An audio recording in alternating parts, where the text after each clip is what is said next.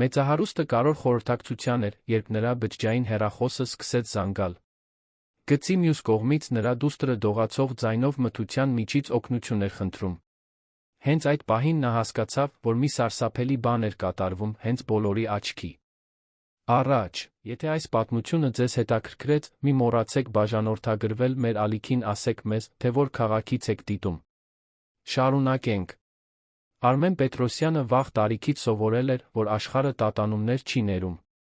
Լինելով Լոռու մարզի մի փոքր արտրականի որդի, նա մեծացել էր, տեսնելով, թե ինչպես է հայրն աշխատում արից առ, որպեսզի ընտանիքի հոգսը հոգա։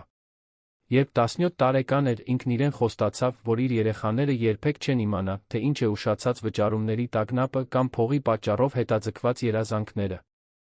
Եվ նա կատարեց այդ խոստումը, գոնե ֆինանսական առումով։ 42 տարեկանում Արմենը Հայաստանի ֆինանսական շուկայի ամենահարգված անուններից մեկն էր։ Նրա ներդրումային ընկերությունը, որը գտնվում էր Երանի կենտրոնում, Հյուսիսային պողոտայի հարանությամբ գտնվող ապակեպատ շենքում, ամեն ամիս միլիոնների շրջանառություն էր անում։ Նա հայտնվում էր մասնագիտացված ամսագրերի շապիկներին, դասախոսություններ էր կարդում ձեռներեցության մասին, նրան օրինակ էին բերում որպես մեկի, ով հաղթել է աշխատասիրության կարգապահության շնորհիվ։ Անթերի իտալական կոստյումը, շվեյցարական ժամացույցները, Կասկադի հարանությամբ գտնվող բնակարանը, ամեն ինչ հաջողության մասին էր գոռում։ Բայց այն մարդու հետում, ով վիրաբույժի ճշգրտությամբ տիրապետում էր գրաֆիկներին ու աղյուսակներին, մի սիրտ էր բաբախում, որը լի էր մեղքի զգացումով։ Հասմիկի հետ ամուսնությունը տեց 8 տարի, բայց միայն թղթի վրա։ Իրականում հարաբերությունները սկսել էին քանդվել շատ ավելի վաղ։ Հասմիկը հոգեբան էր, տարիներ շարունակ աշխատել էր սեփական գրասենյակում, բայց երբ ամուսնացավ Արմենի հետ, աստիճանաբար համոզվեց, որ այլս կարիք չունի այդքան հոգնելու։ Արմենը բավականաչափ գումար էր վաստակում երկուսի համար, ապա ինչու՞ մի փոքր չհանգստանալ։ Հասմիկը համաձայնեց, սկզբում թեթությամբ, հետո անհանգստությամբ։ Աշխատանքը թողնելը նշանակում էր թողնել նա իր մի մասնիկը, որի այդքան կարևոր լինելու մասին նա անգամ չէր էլ կասկածում։ Երբ ծնվեց Անին, Հասմիկը կարծեց, թե ամեն ինչ նորից իմաստ կստանա։ Մայր լինելը կդառնար իր նոր նպատակը։ Բայց Արմենը գնալով ավելի ու ավելի բացակա էր, մշտապես գործուղումների մեջ, մշտապես ժողովների, որոնք տում էին ամբողջ գիշեր, մշտապես հրատապ հեռախոսազանգով, որն ընդհատում էր ընտանեկան սակավաթիվ պահերը։ Զույգի խոսակցությունները սահմանափակվում էին հավելվածի արագ հաղորդագրություններով, բանկային հաշվին կատարվող առատաձեռն փոխանցումներով։ Հասմիկը սկսեց իրեն միայնակ զգալ, նույնիսկ ամուսնացած լինելով, հիասթափությունը վերածվեց վիրավորանքի։ Անին 3 տարեկան էր, երբ ամուսնությունը վերջնականապես ավարտվեց։ Դա լարված բաժանում էր, լի լուռ մեղադրանքներով։ Հասմիկը ցանկանում էր ապացուցել, որ կարող է միայնակ հոգ տանել դստեր մասին, որ իրեն պետք չէ նրա փողը, լավ մայր լինելու համար։ Արմենը մյուս կողմից պաշտպանվում էր, ասելով, որ այդքան շատ աշխատում է հենց աղջկա ապագան ապահովելու համար։ Երկուսն էլ լիովին ճիշտ չէին, երկուսն էլ լիովին սխալ չէին։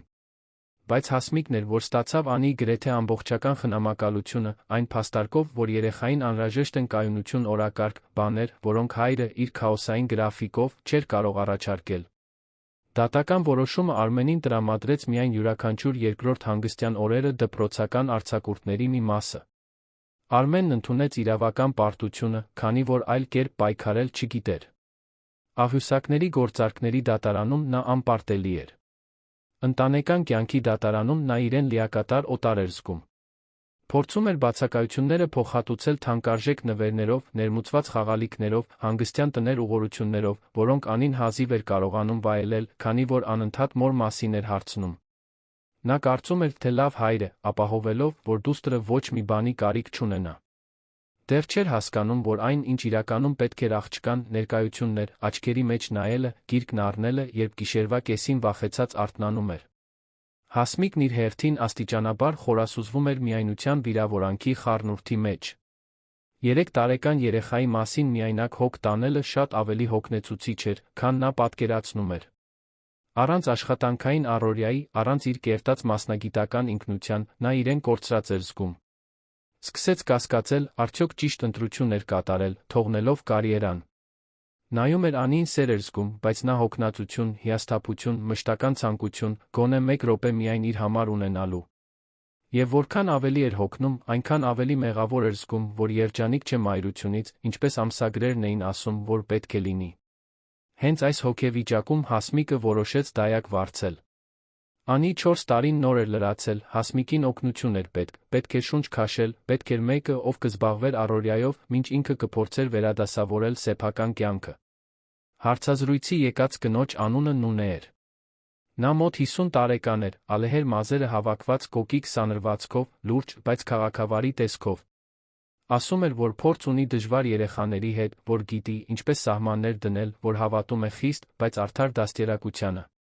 Հասմիկը, չափազանց հոգնած լինելով հարցեր տալու համար, Նունեին աշխատանքի ընդունեց գրեթե նույն շաբաթվա ընթացքում։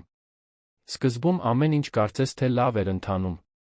Անին ուրախ, շատախոս, էներգիայով լի երեխա էր։ Սիրում էր նկարել, պատմություններ հորինել, ամեն ինչի մասին հարցեր տալ։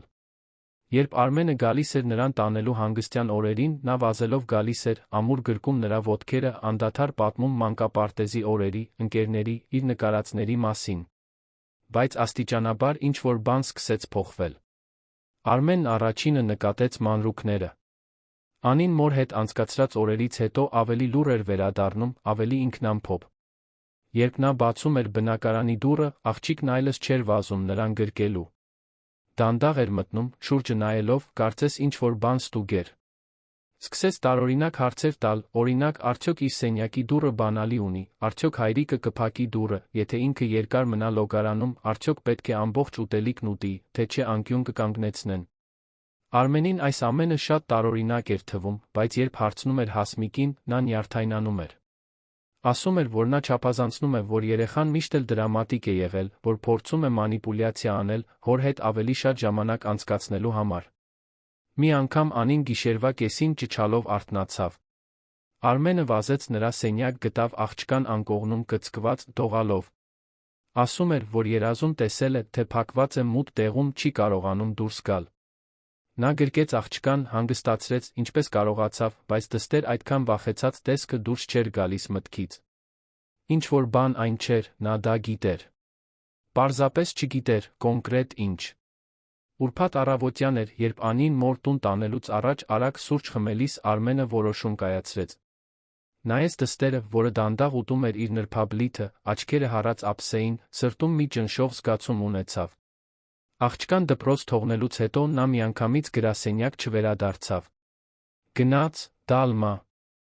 Գարթեն Մոլեի էլեկտրոնիկայի խանութներից մեկը գնեց կանխավճարային հեռախոս, այն պարզ տեսակներից մեծ կոճակներով արագ զանգի ֆունկցիայով, որն արդեն կարգավորված էր իր համարի վրա։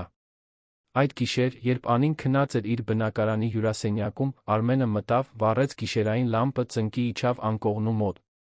Անին, դեռ քնաթաթախ աչքերով, անհասկանալի հայացքով նայեց հորը։ Արմենը բռնեց նրա փոքրիկ ձեռքը, բացատրեց մի հանգստությամբ, որն ինքն էլ չգիտեր, թե որտեղից է գալիս։ Ասաց, որ այդ հեռախոսը իրենց երկուսի գաղտնիքն է, կարևոր գաղտնիք։ Որ նա պետք է այն պահի պայուսակում, լավ թաքցրած, օգտագործի միայն այն դեպքում, եթե շատ վախենա, եթե ինչ-որ շատ լուրջ բան պատահի, նա պետք է խոսի հայրիկի հետ։ Անին, թե ընդամենը 4 տարեկան էր, կարծես հասկացավ դրա լրջությունը։ Դանդաղ գլխով արեց, վերցրեց հեռախոսը, դրեց միայղջյուրի նկարով իր վարդագույն պայուսակի մեջ, նկարչական տետրերի գունավոր մատիտների տուփի արանքում։ Արմենը չէր կարող բացատրել, թե ինչու արեց դա։ Գուցե բնազդ էր։ Գուցե մղձավանջների, վախեցած հայացքի, փակ դռների մասին հարցերի պատկերն էր։ Կամ գուցե պարզապես առաջին անգամն էր երկար ժամանակ անց, որ նա իսկապես ուշադրություն էր դարձնում դստերը, նայելով մակերեսից այն կողմ, տեսնելով այն, ինչ նա չէր կարողանում ասել բառերով։ Հաջորդ երկուշաբթի Անին վերադարձավ մոր տան առօրյային։ Արմենը վերադարձավ գրասենյակի առօրյային, խորասուզված ժողովների ռազմավարությունների մեջ, փորձելով շատ չմտածել դստեր պայուսակում թաքցված հեռախոսի մասին։ Փորձելով հավատալ, որ դա ընդամենը պարանոյա էր, որ ամեն ինչ լավ է, որ Հասմիկը երբեք թույլ չէր տա, որ Անիի հետ վատ բան պատահի։ Բայց խորքում, իր գիտակցության ամենախաղաղ անկյունում, մի անհանգստություն կար, որը չէր ուզում լռել։ Օրերը ձգձգվում էին։ Արմենը խորասուզվում էր աշխատանքի մեջ, ինչպես միշտ, բայց այժմ իր հետ կրում էր կորպորատիվ հեռախոսը, նա մյուսը, այն կանխավճարայինը, որը տվել էր Անիին, միշտ բաճկոնի ներքին գրպանում։ Ստուգում էր ժամը 1, հուսալով ոչ մի զանգ չտեսնել, հուսալով, որ այս ամենը չափազանցություն էր։ Ֆինանսական շուկայի առօրյան անխնա շարունակվում էր, ներկայացումներ ներդրողներին, ռիսկերի վերլուծություններ, միաձուլումներ, որոշումներ, որոնք հսկայական կարողություններ էին շարժում։ Եվ Արմենը, ով միշտ կարողացել էր միլիոնավոր դրամների որոշումներ կայացնել առանց վարանելու, այժմ իրեն բռնում էր ցրված վիճակում, նայելով հեռախոսին, որը չէր զանգում։ Հասմիկը, քաղաքի մյուս ծայրում, շարունակում էր փորձել հավասարակշռել միայնակ մոր հոգնածությունը նախկին կյանքի մի մասը վերականգնելու ցանկության հետ։ Նույն օրվա մեծ մասը հոգ էր տանում Անիի մասին, Հասմիկը փորձում էր իրեն համոզել, որ ճիշտ որոշում է կայացրել։ Բայց պահեր կային, հատկապես գիշերը, երբ նա նայում էր քնած դստերը, մի անբացատրելի անհանգստություն էր զգում։ Անին ավելի լուռ էր, ավելի հնազանդ, գրեթե սարսափելիորեն լավ դաստիարակված։ Ո՞ր էր այն շատախոս, հարցերով լի աղջիկը, որը վազելով մտնում էր տուն։ Հասմիկը վանում էր այդ մտքերը, իրեն ասելով, որ դա ընդամենը փուլ է, որ երեխաները փոխվում են, որ նույն լավ աշխատանք է տանում, սահմաններ սովորեցնելով։ Բայց երեխաներն այդպես չեն փոխվում, ոչ միանգամից, ոչ առանց պատճառի։ Եվ սահմանները չպետք է ուղեկցվեն վախով։ Անին սովորում էր իրեն լավ պահել, այո, բայց սովորում էր հնարավորինս վատ ձով, պատժվելու, փակվելու, մթության մեջ մենակ մնալու սարսափի միջոցով, մինչ սովորեր այլս չաղմկել, չվիճարկել, հնազանդվել առանց մտածելու։ Եվ ոչ ոք, ոչ Հասմիկը, ոչ Արմենը դեռ լիովին չէր պատկերացնում, թե իրականում ինչ էր կատարվում այդ տանը։ Սովորական երեքշաբթի էր, ապրիլ ամսին, երբ ամեն ինչ փոխվեց։ Երանում աշունը սովորաբար մեղմ է լինում, զով առավոտներով դեռ արոտ ցերեկներով։ Արմենը վաղ առավոտից գրասենյակում էր, պատրաստում էր վճռորոշ ներկայացում մի միաձուլման համար, որի շուրջ բանակցությունները ամիսներ էին տում։ Դա այնպիսի գործարք էր, որը կորոշեր ընկերության հաջորդ տարին, գուցե հաջորդ 5 տարիները։ Ժողովների սենյակը լիքն էր, փաստաբաններ, խորհրդատուներ, այլ ընկերությունների տնօրեններ, բոլորը բաց թղթապանակներով, պատին պրոյեկտված գրաֆիկներով, ապակե սեղանի վրա սառչող սուրճերով։ Արմենը ղեկավարում էր ժողովը սովորական ճշգրտությամբ, բացատրելով կանխատեսումները, պատասխանելով հարցերին, համոզելով թերահավատ ներդրողներին։ Ներդրումների վերադարձի մասին նախադասության կեսին նա լսեց դա. մի խուլ զանգ, որը գալիս էր աթոռի կողքին, հատակին դրված կաշվե պայուսակից։ Դա այն կորպորատիվ զանգը չէր, որը բոլորը գիտեին։ Դա այլ ձայն էր, ավելի պարզ, ավելի համառ։ Արմենը կիսատ թողեց նախադասությունը, ներողություն խնդրեց, վերցրեց պայուսակը։ Շրջապատի մարդիկ շփոթված նայեցին, մինչ նա միջից հանում էր կանխավճարային հեռախոսը, այն մեկը, որը միշտ այնտեղ էր, բայց որի համար նա աղոթում էր, որ երբեք չզանգի։ Էկրանին երում էր մուտքային զանգ։ Նա պատասխանեց առանց մտածելու, առանց հաշվի առնելու շրջապատի հայացքները, ընդհատված ժողովը, խաղասեղանին դրված միլիոնները։ Գծի մյուս կողմից պարզ ձայն չեկավ, ալո չեկավ, 4 տարեկան երեխայի հստակ խոսք չեկավ։ Եկավ միայն լաց, հեկեկոցներ, արցունքների միջ շնչելու հսկայական ջանք։ Անին վերջապես կարողացավ խոսել, ձայնը դուրս էր գալիս կոտրտված կտորներով։ Հայրիկ, ինքը ինձ փակել է, վախենում եմ, մութ է, չեմ կարում դուրս գամ։ Ձայնը դողում էր, խեղդվում սեփական լացից։ Արմենը զգաց, որ աշխարհը կանգ առավ։ Սեղանի շուրջ գործարարները անհամբեր սպասում էին, բայց նա այլս նրանց չէր տեսնում։ Միայն լսում էր այն փոքրիկ, հուսահատ ձայնը, որը քաղաքի մյուս ծայրից օգնություն էր խնդրում։ Խնդրեց դստերը գծի վրա մնալ, չանջատել, որ հայրիկն արդեն գալիս է նրան տանելու։ Անին հեկեկում էր, կրկնելով, որ վախենում է, որ նույն Տյոտյան ասել է, որ ինքը դուրս կգա միայն այն ժամանակ, երբ դադարի կամակորությունը անել։ Արմենն անջատեց, այնպիսի ուժով վեր կացավ աթոռից, որ այն քիչ մնաց շուռ գար։ Նայեց կարոր մարդկանցով լի սենյակին, միլիոնավոր դրամների պայմանագրերին, աղյուս առ աղյուս կառուցած իր կարիերային։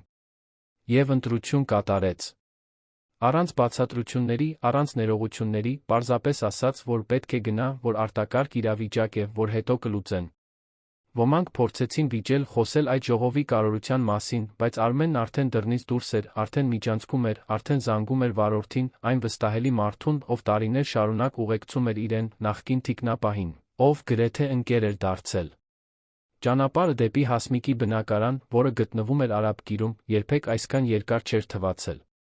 Երանի խցանումները դավադրություն էին կազմակերպել յուրաքանչյուր վայրկյանի դեմ։ Արմենը նայում էր մեքենայի պատուհանից, քաղաքը դանդաղեցված կադրի պես անցնում էր, այն ամենը, ինչի մասին կարողանում էր մտածել, դստեր ձայնն էր, այն անվերջ թվացող լացը։ Փորձեց զանգել Հասմիկին, բայց նա չէր պատասխանում։ Փորձեց նորից։ Ոչինչ։ Հաղորդագրություններ ուղարկեց, յուրաքանչյուրը նախորդից ավելի հուսահատ։ Լռություն։ Երբ վերջապես հասան շենքին, Արմենը դուրս եկավ մեքենայից, նախքան այն լիովին կկանգներ։ Վազեց դեպի դոմոֆոն, մի քանի անգամ սեղմեց Հասմիկի բնակարանի զանգը։ Ոչ ոք չէր պատասխանում։ Համառեց, մինչ մի հարան, անհանգստացած, բացեց դարպասը դուրս գալու համար։ Արմենը երկու անգամ չմտածեց, ներս մտավ նրա հետ։ Վարորդը հետում էր։ Բարձրացան աստիճաններով, քանի որ վերելակին սպասելը անհնարին հավերժություն էր թվում։ 10-րդ հարկի միջանցքում արդեն լսվում էր մի մանկական, խուլ, համառ լաց։ Եվ բարձր միացված հեռուստացույցի ձայն, կարծես ինչ-որ մեկը փորձում էր ծածկել այն, ինչ կատարվում էր դռան մյուս կողմում։ Արմենը թակեց դուռը, գոռաց Հասմիկի, Անիի անունները։ Ոչինչ։ Ավելի ուժեղ թակեց։ Հարանները սկսեցին բացել իրենց դռները, հետաքրքրված, անհանգստացած։ Մի տարեց կին շշնջաց, որ արդեն լսել է լացի ձայներ այլ անգամներ, բայց վախեցել է խառնվել։ Վարորդի երկու հարանների օգնությամբ Արմենը կոտրեց դուռը։ Կողպեքը տեղի տվեց, դուռը ջռալով բացվեց։ Բնակարանից անտարբերության հոտ էր գալիս։ Հյուրասենյակը խառնաշփոթի մեջ էր, կեղտոտ բաժակներ բազմոցին, առաքման մնացորդներ, վարագույրները քաշված, թե ցերեկվա կեսն էր։ Հեռուստացույցը գոռում էր մի շոու ծրագիր, ձայնն այնքան բարձր էր, որ կարծես ուզում էր ջնջել ցանկացած այլ ձայն։ Նունեն նստած էր բազմոցին, հեռախոսը ձեռքին։ Նայեց նրան արամարանքով, փորձեց ասել, որ նա իրավունք չունի ներխուժելու, որ ոստիկանություն է կանչելու։ Բայց Արմենը նրան անգամ չլսեց։ Վազելով անցավ հյուրասենյակով, ստուգեց ննջասենյակները, լոգարանը։ Լացը գալիս էր մի տեղից, որի գոյության մասին նա անգամ չգիտեր, մի փոքրիկ դուռ միջանցքի վերջում։ Այն դրսից փակված էր, մետաղական պարզ սողնակով։ Դողացող ձեռքերով նա բացեց սողնակը, քաշեց դուռը։ Անին կծկվել էր մի փոքրիկ, առանց պատուհանների սենյակի հատակին, հավանաբար հին մառան էր։ Տարածքը 2 քառակուսի մետրից ավելի չէր լինի, մութ, խեղդող, բորբոսի հոտով։ Աղջկա դեմքը կարմրել ու այտուցվել էր այդքան լաց լինելուց, հագուստը ճմրթված էր, փափուկ արջուկը գրկած։ Երբ տեսավ հորը, մի քանի վայրկյան պահանջվեց հասկանալու համար, աչքերը մշուշոտ էին արցունքներից։ Եվ հետո նետվեց նրա գիրկը։ Արմենը գրկեց նրան, զգաց, թե ինչպես է փոքրիկ մարմինը դողում։ Անին ուժգին կառչեց հոր վզից, հեկեկոցների միջից կրկնելով, որ այլս չարություն չի անի, որ իրեն լավ կպահի, որ կհնազանդվի առանց հարցեր տալու, եթե նա խոստանա այլս իրեն այնտեղ չթողնել։ Նա փորձեց հանգստացնել աղջկան, ասելով, որ հիմա ամեն ինչ լավ է, որ հայրիկը եկել է։ Բայց Անին արագ մխիթարվելու սահմաններից այն կողմ էր։ Նրա մարմինը դողում էր մեկի ուժով, ով ժամեր է անցկացրել մաքուր խուճապի այդ վիճակում։ Միջանցքից Նունեն շարունակում էր իր սերտած խոսքը, որ դա ընդամենը պատիժ էր, որ աղջիկը երես առած է, որ պետք է սահմաններ սովորի, որ սիրող մայրը նա ուղում է։ Խոսում էր այնպես, կարծես 4 տարեկան երեխային մութ խցիկում փակելը լիովին ընդունելի լիներ։ Արմենը նրան նայեց զզվանքով, անհավատությամբ։ Ինչպես էր Հասմիկը թույլ տվել, որ սա պատահի։ Հասմիկը դեռ չէր հայտնվել։ Արմենը նորից զանգեց։ Այս անգամ նա պատասխանեց, նյարդային ձայնով։ Երբ նա ասաց, որ իր բնակարանում է, որ կոտրել է դուռը, որ գտել է Անին մութ սենյակում փակված, Հասմիկը ցնցում չցուցաբերեց։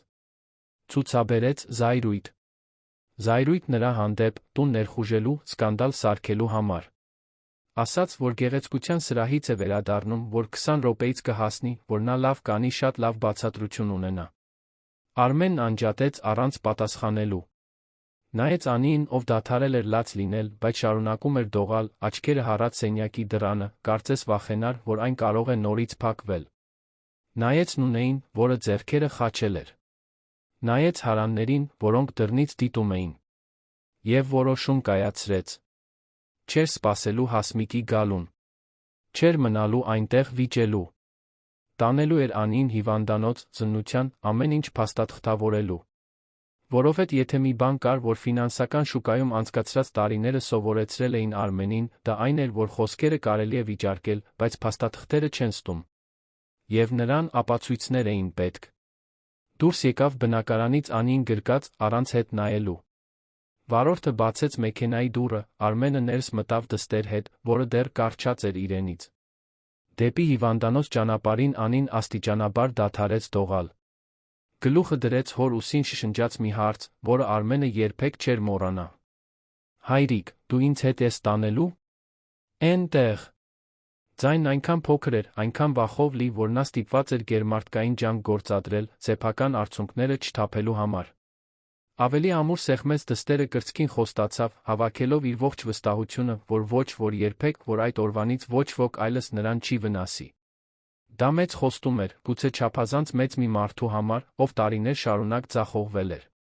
Բայց դա մի խոստում էր, որը Արմենը պատրաստ էր կատարել, նույնիսկ եթե դրա համար ստիպված լիներ դիմակայել դատարաններին, նախկին կանանց դանդաղ իրավական համակարգերին։ Որովհետև կյանքում առաջին անգամ Արմեն Պետրոսյանը բացարձակ հստակություն ուներ իր առաջնահերթությունների հարցում։ Եվ այդ ցուցակի վերում միլիոնավոր դրամների միաձուլումներից ամսագրերի շապիկներից վեր կանգնած էր 4 տարեկան աղջիկը, որը դողում էր իր գրկում։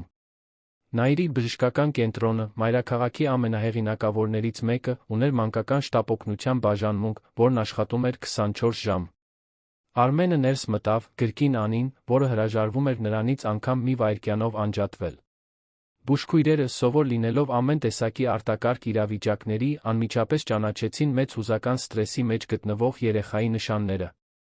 Աղջիկը դողում էր, խուսափում էր օտարների հետ տեսողական շփումից, ներողության խոսքեր էր շշնջում, երբ ինչ-որ մեկը մոտենում էր, կարծես վախենում էր, որ ցանկացած բանի համար կնախատեն։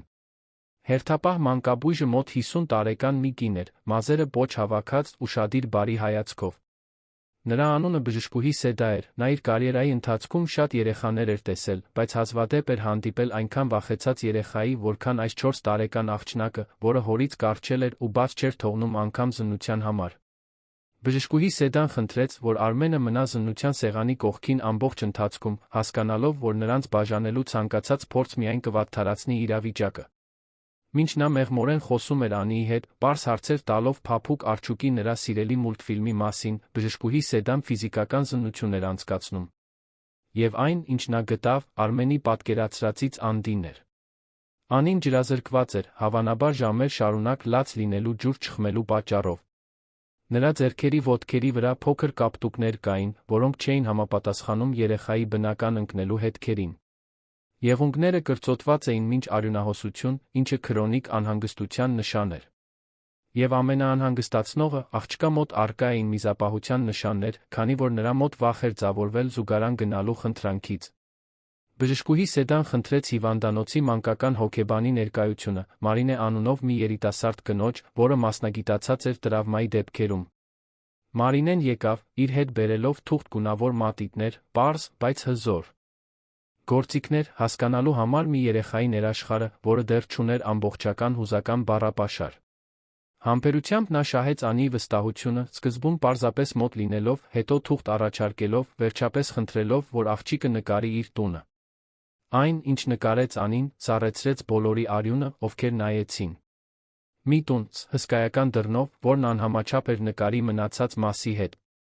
Մի փոքրիկ կերպար փակ քառակուսու մեջ, շուրջը կարմիր գծերով, որը Մարինեն մեկնաբանեց որպես վախի կամ ցավի ներկայացում։ Եվ քառակուսուց դուրս մի մեծ, մուգ շագանակագույն կերպար, որին աղջիկը պարզապես անվանեց Նունե Դյոտյա։ Երբ Մարինեն հարցրեց, թե որտեղ է մայրիկը նկարում, Անին մի պահ շփոթվեց, հետո մատնացույց արեց թղթի դատարկ անկյունը ասաց, որ մայրիկը դրսում է, միշտ դրսում է։ Մարինեն առանձին խոսեց Արմենի հետ, Անիից հեռու։ Բացատրեց, որ նշանները համապատասխանում են երկարատ հուզական բռնությանը անտեսմանը։ Պատիժների օրինաչափությունը, հարկադիր մեկուսացումը, անհամաչափ պատիժը, ամեն ինչ վկայում էր, որ դա մեկուսացված դրվագ չէր, այլ մի առօրյա, որը տեղի էր ունենում որոշ ժամանակ։ Երեխան ցուցաբերում էր սուր անհանգստության, իշխանական կերպարներից վախի գերզգոնության ախտանիշներ, որոնք բնորոշ են այն երեխաներին, ովքեր ապրում են միջավայրում, որտեղ չգիտեն, թե ինչ սպասել։ Արմենը լսում էր այս ամենը, զգալով, կարծես ինչ-որ մեկը սեղմում է իր կուրծքը։ Ինչպես նա չէր նկատել ավելի վաղ։ Ինչպես էր թույլ տվել, որ ամեն ինչ հասնի այս կետին։ Հարցերը տանջում էին նրան, բայց Մարինեն բարյացակամորեն ասաց, որ շատ ծնողներ չեն նկատում, քանի որ փոքր երեխաները հակված են նորմալացնելու այն, ինչ ապրում են, կարծում են, որ բոլորի մոտ այդպես է։ Եվ մանիպուլյատոր մեծահասակները, ինչպիսին Դայակն է, մասնագետ են բռնությունները թաքցնելու այնպես ներկայացնելու, թե պարզապես խիստ են դաստիարակության հարցում։ Մինչդեռ հիվանդանոցից դուրս մեկ այլ պատմություն էր պատմվում։ Հասմիկը հասել էր բնակարան գտել կոտրված դուռը, միջանցքում բամբասող հարաններին, խուճապի մեջ գտնվող Նունեին, որը փորձում էր բացատրել, թե ինչ է պատահել։ Դստեր վիճակը տեսնելու համար հիվանդանոց վազելու փոխարեն Հասմիկն այլ ընտրություն կատարեց։ Զանգեց մի փաստաբանի, որը հայտնի էր վիճահարույց գործեր պաշտպանելով, մի մարդու, որը սիրում էր լրատվամիջոցների ուշադրությունը այդ իրավիճակում տեսավ կատարյալ հնարավորություն։ Մի քանի ժամվա ընթացքում պատմությունը խեղաթյուրված էր սոցիալական ցանցերում։ Հասմիկն իրեն ներկայացնում էր որպես միայնակ մայր, որը պայքարում է միայնակ դստերը մեծացնելու համար, մինչդեռ հարուստ վերահսկող նախկին ամուսինը չի ընդունում խնամակալությունը կորցնելու փաստը։ Սենսացիոն լրատվական կայքերը հիացած էին պատմությունով։ Հաջողակ գործարարը ներխուժում է նախկին կնոջ տուն, ուժով տանում դստերը, մորը մեղադրում անտեսման մեջ։ Արմենի հին լուսանկարները հարցազրույցներից, միշտ կոստյումով, լուրջ հայացքով, հանվել էին արխիվներից խմբագրվել, սպառնալից տեսք տալու համար։ Վերնագրերը գոռում էին, որ նա մոլերանտ հայր է, անկարող ընդունելու սահմանները։ Որոշ լրատվամիջոցներ նույնիսկ ակնարկում էին, որ նա դստերն օգտագործում է որպես մանիպուլյացիայի գործիք էքոյի պայքարում։ Սոցիալական ցանցերում մեկնաբանությունները բազմապատկվում էին, մեծամասնությունը հավատում էր Հասմիկի վարկածին։ Ի վերջո, նա մայրն էր, կինը, բաժանության դինամիկայի ավելի թույլ կողմը։ Արմենը հաջողակ գործարարն էր, նա, ով հավանաբար փող էր օգտագործել թանկարժեք փաստաբաններ գնելու համար։ Հեշտ էր հավատալ, որ նա չափազանցնում է սովորական իրավիճակը, պարզապես նախկին կնոջը վնասելու համար։ Արմենն այս մասին իմացավ միայն այն ժամանակ, երբ նրա փաստաբանը, պարոն Արթուրը, մի զուսպ մարդ, որը տարիներ շարունակ ուղեկցում էր նրան կորպորատիվ հարցերում, տագնապահար զանգեց։ Ցույց տվեց վերնագրերը, վիրուսային դարձած տեսանյութերը, ատելությամբ լի մեկնաբանությունները։ Արմենը նայեց այդ ամենին, զգաց զայրույթի անզորության խառնուրդ։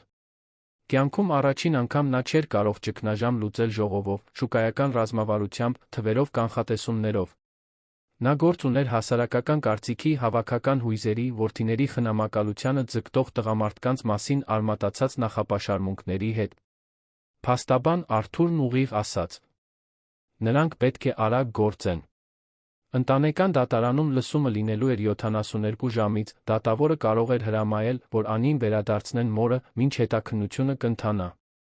Որովհետև հայկական իրավական համակարգում մայրը միշտ ունի նախնական նախապատվություն, եթե չկան շատ կոնկրետ անհերքելի ապացույցներ, որ երեխան իրական վտանգի մեջ է։ Եվ սուբյեկտիվ ապացույցները, ինչպիսիք են մանկական նկարները, հուզական պատմությունները, կարող էին հեշտությամբ վիճարկվել Հասմիկի պաշտպանության կողմից։ Արմենը նայեց հիվանդանոցի պատուհանից, տեսնելով, թե ինչպես է գիշերն իջնում երանի վրա։ Ներսում անին վերջապես քնել էր, հոգնած այդքան լաց լինելուց, դեռ քնի մեջ բռնած նրա ձեռքը։ Մանկաբույժը հոսպիտալացրել էր աղջկան, հսկողության համար, ավելի շատ ապահովելու համար, որ նա մնա անվտանգ միջավայրում, քան անհապաղ բժշկական անհրաժեշտության պատճառով։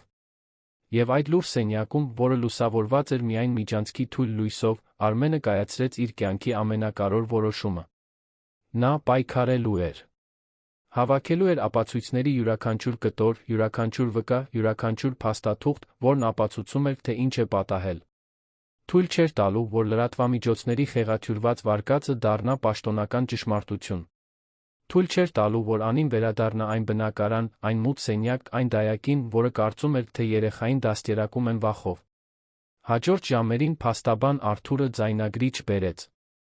Արմենը տվեց իր մանրամասն ցուցմունքը, պատմելով վերջին շաբաթների ընթացքում կատարած յուրաքանչյուր դիտարկում, անի վարքի յուրաքանչյուր փոփոխություն, նրա տեսած յուրաքանչյուր մղձավանջ, փակ դռների մասին յուրաքանչյուր տարօրինակ հարց։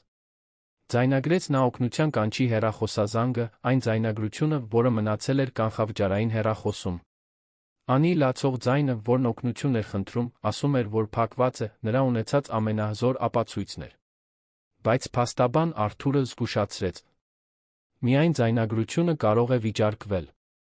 Հասմիկի պաշտպանությունը կարող է պնդել, որ այն կոնտեքստից դուրս է բերված, որ երեխան պարզապես դրամա է սարքում, որ փոքր երեխաները չափազանցնում են սովորական իրավիճակները։ Նրանց ավելին էր պետք։ Պետք էին վկաներ, որոնք կհաստատեին վարքի օրինաչափությունը։ Պետք էին բժշկական եզրակացություններ, որոնք կփաստագրեին աղջկա մարմնի վրայի հետքերը։ Պետք էին մարդկանց պատմություններ, ովքեր ականատես էին եղել կամ լսել էին ինչ-որ տարօրինակ բան։ Հենց այդ ժամանակ Արմենի վարորդը, Կարենը, 60 տարեկան մի մարդ, որն ավելի քան մեկ տասնամյակ ուղեկցում էր նրան, օգնություն առաջարկեց։ Կարենը մարդկանց էր ճանաչում, կապեր ուներ տարբեր տեղերում։ Ավելի կարևոր, նա ուներ արդարության շատ ուժեղ զգացում, անկեղծորեն ցնցված էր այն ամենից, ինչ տեսել էր այդ բնակարանում։ Միասին նրանք սկսեցին հետ գնալ Նունեի քայլերով, փնտրելով, թե որտեղ է նա աշխատել նախկինում, արդյոք եղել են այլ նմանատիպ դեպքեր։ Առաջին թելը եկավ Կարենի հին ծանոթից, մի կնոջից, որն աշխատում էր որպես հավաքարար տարածքի մի քանի շենքերում։ Նա հիշում էր Նունեին, ասաց, որ դայակն աշխատել է մի ընտանիքի համար կենտրոնում մոտ 2 տարի առաջ։ Ընտանիքն այն ժամանակ փոքր աղջիկ ուներ, մայրը հանկարծակի ազատել էր Նունեին, առանց բացատրությունների։ Նրանք ծանոթների միջոցով գտան մոր կոնտակտները, երբ Արմենը զանգեց, ներկայացավ, բացատրեց իրավիճակը, գծի մյուս կողմում երկար լռություն տիրեց։ Կինը, որը ներկայացավ որպես Գայանե, սկսեց լաց լինել։ Ասաց, որ հսկայական մեղքի զգացում է կրում, ժամանակին Նունեի մասին չհայտնելու համար։ Պատմեց, որ իր դուստրը, այն ժամանակ 3 տարեկան, սկսել էր մղձավանջներ տեսնել, գիշերները թրջել անկողինը, խուճապի մատնվել մենակ մնալուց։ Գայանեն մի օր շուտ էր տուն եկել գտել դստերը լոգարանում փակված, լաց լինելիս, մինչ Նունեն հյուրասենյակում հեռուստացույց էր դիտում։ Երբ առերեսվել էր, դայակը տվել էր նույն արդարացումները։ Որ աղջիկը պետք է սովորի, որ դա ընդամենը պատիժ է, որ ժամանակակից մայրերը չափազանց թույլ են։ Գայանեն տեղում ազատել էր Նունեին, բայց չէր հայտնել, քանի որ վախենում էր բարդություններից, դատական գործերից, որ դայակը կարող է վրեժխնդիր լինել։ Այժմ իմանալով, որ մեկ այլ երեխա տուժել է նույն կնոջ ձեռքից, Գայանեն առաջարկեց ցուցմունք տալ, պատմել այն ամենը, ինչ տեսել էր։ Դա առաջին աղյուսն էր։ Հաջորդ օրերին հայտնվեցին մյուսները։ Հասմիկի շենքի մի հարան, ամաչելով, խոստովանեց, որ արդեն մի քանի անգամ լսել է մանկական լացի ձայներ բնակարանից, հատկապես ցերեկը։ Անի մանկապարտեզի մի դաստիարակչուհի ասաց, որ աղջիկը շատ է փոխվել վերջին կիսամյակում, դարձել է ավելի լուռ, ինքնամփոփ, դադարել է մասնակցել խաղերին։ Մի բժիշկ, որը ամիսներ առաջ զննել էր Անիին պլանային այցի ժամանակ, հիշեց, որ տարօրինակ էր համարել որոշ կապտուկներ, բայց երբ հարցրել էր, ուղեկցող դայակն ասել էր, որ աղջիկը շատ անշնորհք է։ Յուրաքանչյուր պատմություն, յուրաքանչյուր փաստաթուղթ, յուրաքանչյուր վկա հավաքում էր մի գլուխկոտրուկ, որը բացահայտում էր մի իրականություն, որը ոչ ոք չէր ուզում տեսնել։ Որովհետև ավելի հեշտ է հավատալ, որ ամեն ինչ լավ է, որ այն լուրջ կրոնասեր դայակը պարզապես խստորեն դաստիարակում է, որ այն միայնակ մայրն անում է հնարավորինս լավը։ Ավելի դժվար է դիմակայել անհարմար ճշմարտությանը, որ բռնությունները տեղի են ունենում սովորական տներում, նորմալ թվացող մարդկանց կողմից, հարանների աչքի առաջ, ովքեր նախընտրում են չխառնվել։ Մինչդեռ Հասմիկը պահպանում էր զոհի կերպարը։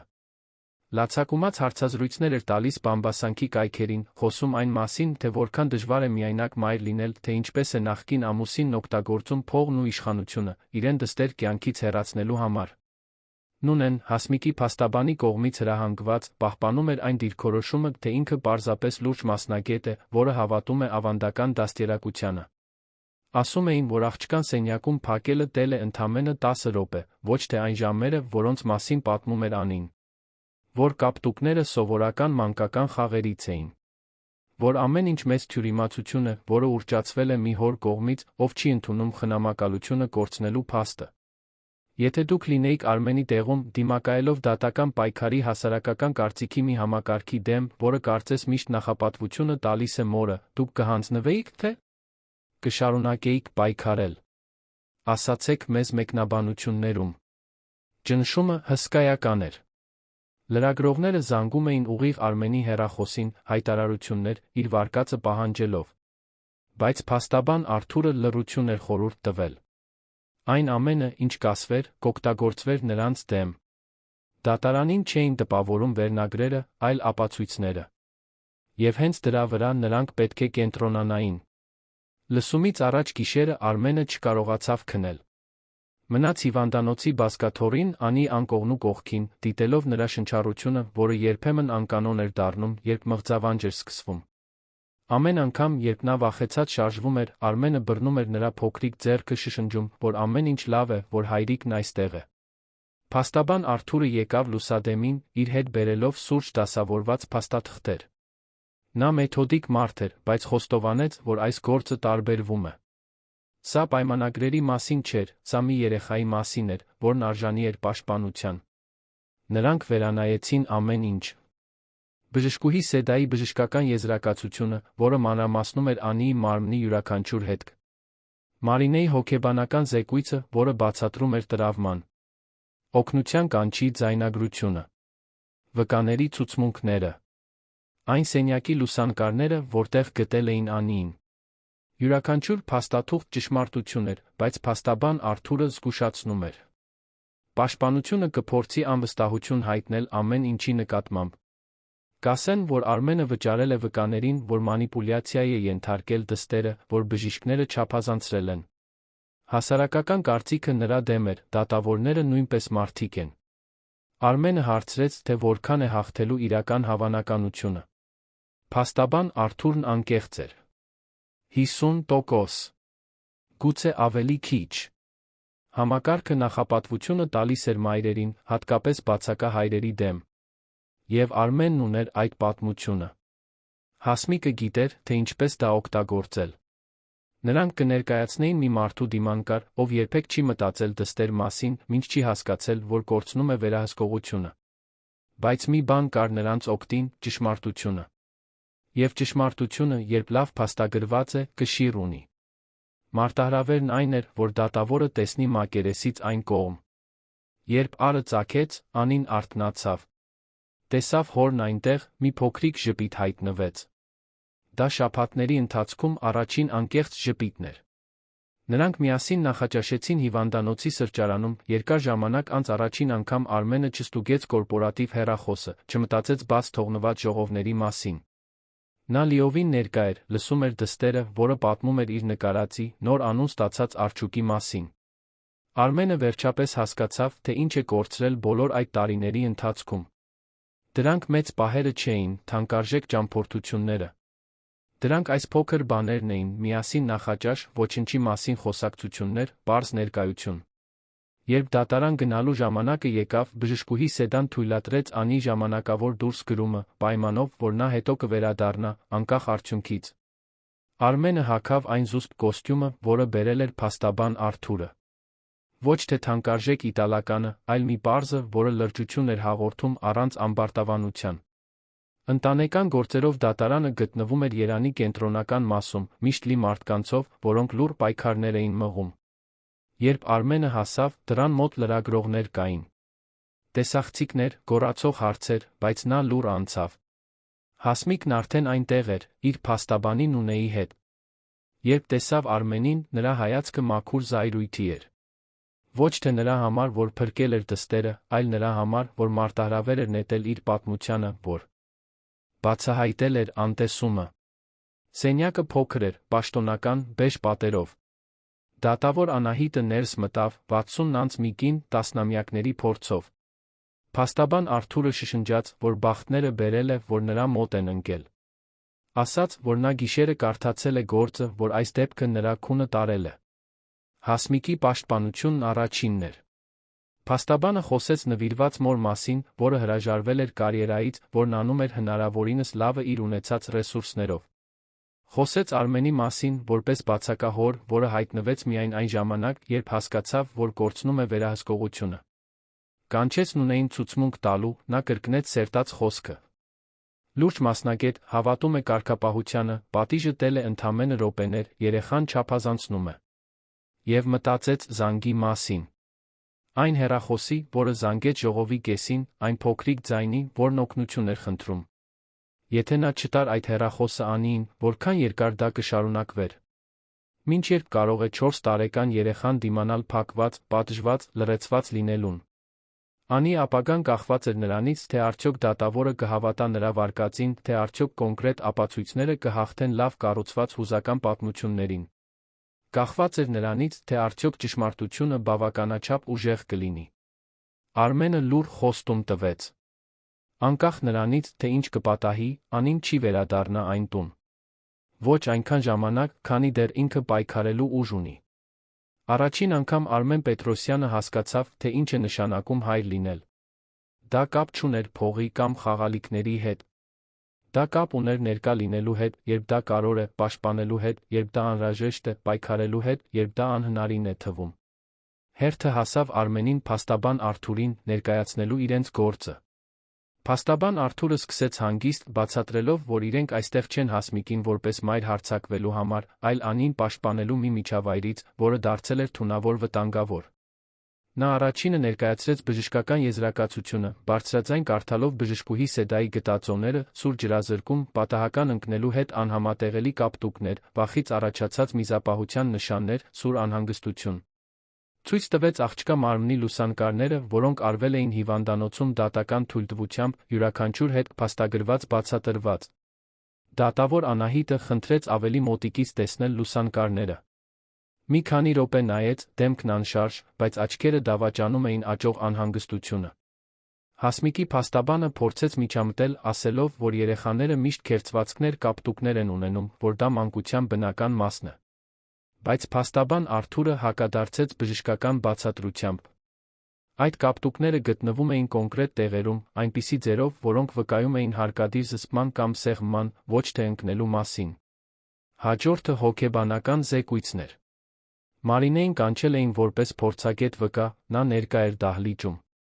Երբ նրան կանչեցին, նա պարզ, բայց տեխնիկական տերմիններով բացատրեց, թե ինչ է նկատել Անիի մոտ՝ տրավմայի ախտանիշներ, գերզգոնություն, իշխանական կերպարներից վախ, չափազանցված բաժանման անհանգստություն, խուսափողական վարք։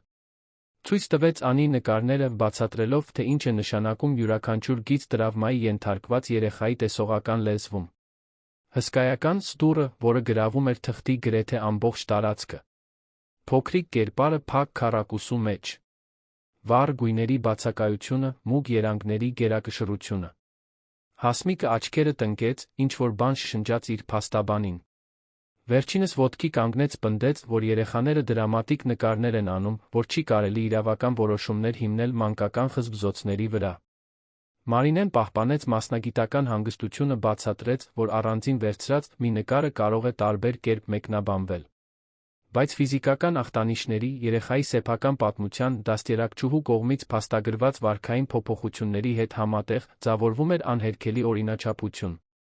Կանչեցին նա Անիի դաստիարակչուհուն։ Նա երիտասարդ կին էր, 30 անց, տեսանելիորեն նյարդայնացած դատարանում լինելուց։ Բայց երբ սկսեց խոսել Անիի մասին, ձայնը հաստատուն դուրս եկավ։ Պատմեց, թե ինչպես է աղջիկը փոխվել վերջին կիսամյակում, ինչպես է դադարել լինել այն ուրախ ակտիվ երեխան, դառնալով ինքնամփոփ, միշտ աչքերի տաք շրջանակներով, երբեմն դպրոց գալիս ճմրթված հագուստով։ Մի անգամ, երբ դաստիարակչուհին հարցրել էր, թե արդյոք նա ուզում է զուգարան գնալ, Անին լաց էր եղել ներողություն խնդրել, կարծես ինչ-որ սխալ բան էր արել, պարզապես կարիք ունենալով։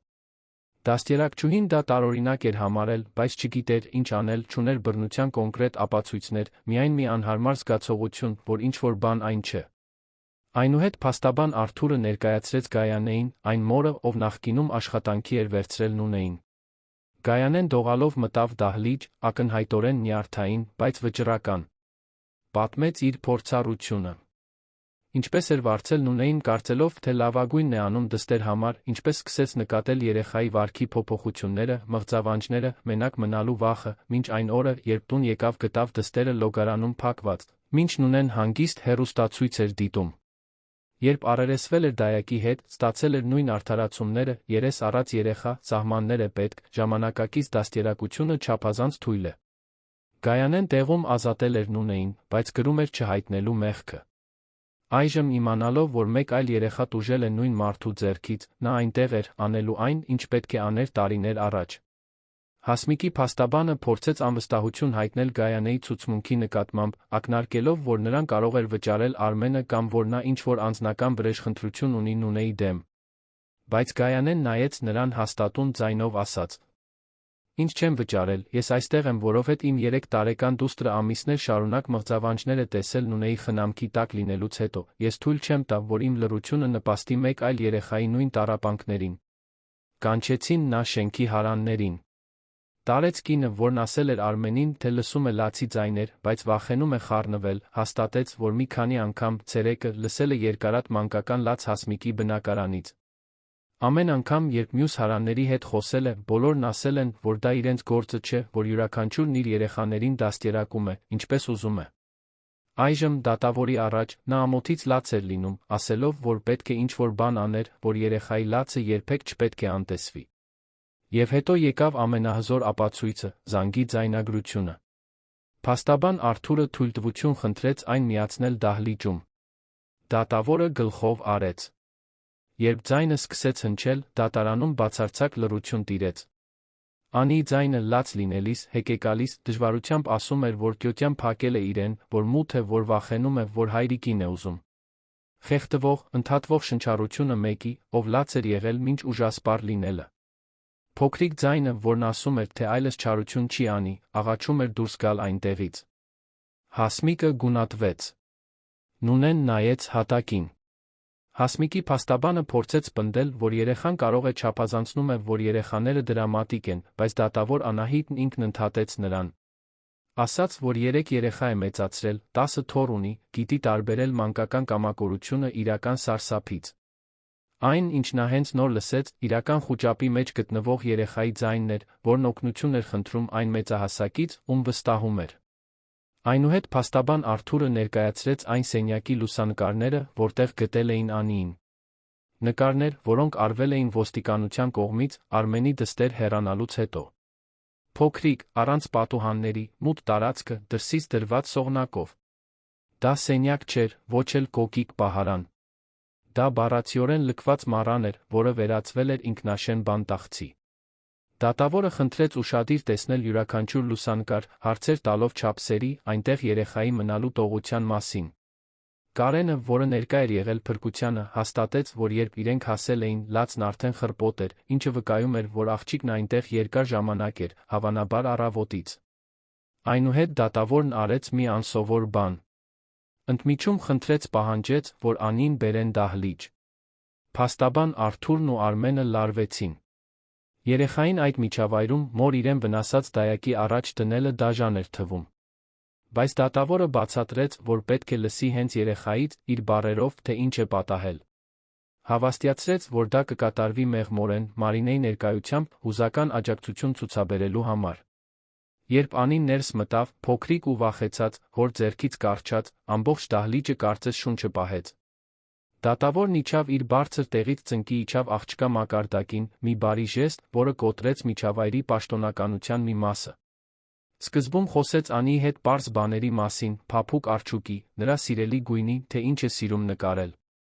Աստիճանաբար Մարինեի հետ միասին սկսեց ավելի ուղիղ հարցեր տալ, բայց միշտ մանկական լեզվով։ Երբ հարցրեց այն օրվա մասին, երբ հայրիկը եկել էր իրեն տանելու, Անին սկսեց լաց լինել։ Ասաց, որ Նունե Տյոտյան բարկացել էր, որովհետև ինքը հյութ էր թափել, որ փակել էր իրեն մութ սենյակում, ասելով, որ դուրս կգա միայն այն ժամանակ, երբ դադարի լաց լինել սովորի իրեն լավ պահել։ Որ այնտեղ երկար մնաց, որ խնդրեց զուգարան գնալ, բայց ոչ ոք չբացեց, որ կանչեց մայրիկին, բայց ոչ ոք չեկավ։ Մինչ որ հիշեց հայրիկի տված հեռախոսը, վերցրեց պայուսակից զանգեց, օգնություն խնդրելով։ Դատավորը հարցրեց, թե արդյոք դա այլ անգամներ էլ է պատահել։ Անին գլխով արեց, կծկվելով։ Ասաց, որ ամեն անգամ, երբ ինչ-որ սխալ բան էր անում, Նունե Տյոտյան փակում էր իրեն։ Երբեմն փոքր սենյակում, երբեմն լոգարանում։ Մի անգամ այնքան երկար մնաց, որ թրջեց հագուստը, քանի որ չկարողացավ զսպել։ Եվ Տյոտյան էլ ավելի բարկացավ, ասաց, որ ինքը զզվելի է, որ պետք է սովորի իրեն վերահսկել։ Հասմիկն առաջին անգամ անկեղծորեն ցնցված թվաց։ Կարծես դա առաջին անգամ էր լսում, կարծես գաղափար չուներ, որ այդ բաները տեղի էին ունենում իր սեփական տանը։ Նրա փաստաբանը փորձեց պնդել, որ Հասմիկը ոչինչ չգիտեր, որ աշխատում էր, որ Նունեն թաքցնում էր իր գործողությունները։ Բայց դատավորը մի պարզ հարց տվեց. Որտեղ էր Հասմիկը բոլոր այդ ցերեկները։ Ինչու չէր նկատել դստեր փոփոխությունները։ Ինչու, երբ հայրը սկսեց անհանգստություն հայտնել, նա մեղադրեց նրան պարանոյայի մեջ, հետաքննելու փոխարեն։ Հասմիկը լավ պատասխաններ չուներ։ Կակազեց, ասաց, որ վստահում էր Նունեին, որ կարծում էր, թե Արմենը բաներ է հորինում, պարզապես խնդիրներ ստեղծելու համար, որ զբաղված էր, փորձելով վերականգնել սեփական կյանքը բաժանումից հետո։ Յուրաքանչյուր պատասխան նախորդից ավելի թույլ էր հնչում, ավելի շատ արդարացումների նման, քան բացատրությունների։ Դատավորը մեղմորեն բաց թողեց Անիին, խնդրելով, որ բժշկուհի Սեդան նրան հետ տանի հիվանդանոց։ Երբ աղջիկը դուրս եկավ, դատավոր Անահիտը վերադարձավ իր տեղը, վերադասավորեց թղթերը, հայտարարեց իր որոշումը։ Ասաց, որ հազվադեպ է տեսել անտեսման հուզական բռնության այսքան ակնհայտ դեպք։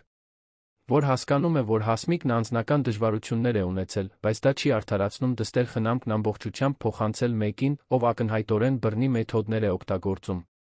Որ Նունեն ակնհայտ վտանգ է ներկայացնում ցանկացած երեխայի համար իր խնամքի տակ, որ նրա դեմ կկիրառվեն պաշտպանական միջոցներ։ Ինչ վերաբերում է Անիի խնամակալությանը, դատավորն ուղիղ էր։ Նա Հասմիկից վերցնում էր գրեթե ամբողջական խնամակալությունը, հորը տրամադրում աղջկա առաջնային խնամակալությունը։ Հասմիկն իրավունք կունենար այցելությունների, բայց միայն վերահսկվող չեզոք վայրում, պայմանով, որ նա հոգեբանական խորհրդատվության կգնա կցուցաբերի, որ ստեղծում է անվտանգ միջավայր։ Նունեին արգելվում էր ցանկացած շփում ունենալ Անիի կամ որևէ այլ երեխայի հետ առանց դատական վերահսկողության։ Որոշումն անհապաղ էր, ոչ մի բողոքարկում չէր կարող կասեցնել խնամակալության փոխանցումը, մինչ գործընթացները կշարունակվեին։ Հասմիկը սկսեց լաց լինել, ոչ թե զղջման, այլ զայրույթի նվաստացման արդյունքներով։ Գոռաց, որ դա անարդար է, որ Արմենը գնել է դատավորին, որ ինքը մայրն է, որ իրավունքներ ունի։ Նրա փաստաբանը փորձեց հանգստացնել նրան, բայց նա շարունակեց, յուրաքանչյուր բառ ավելի շատ բան էր բացահայտում նրա իրական մտահոգությունների մասին։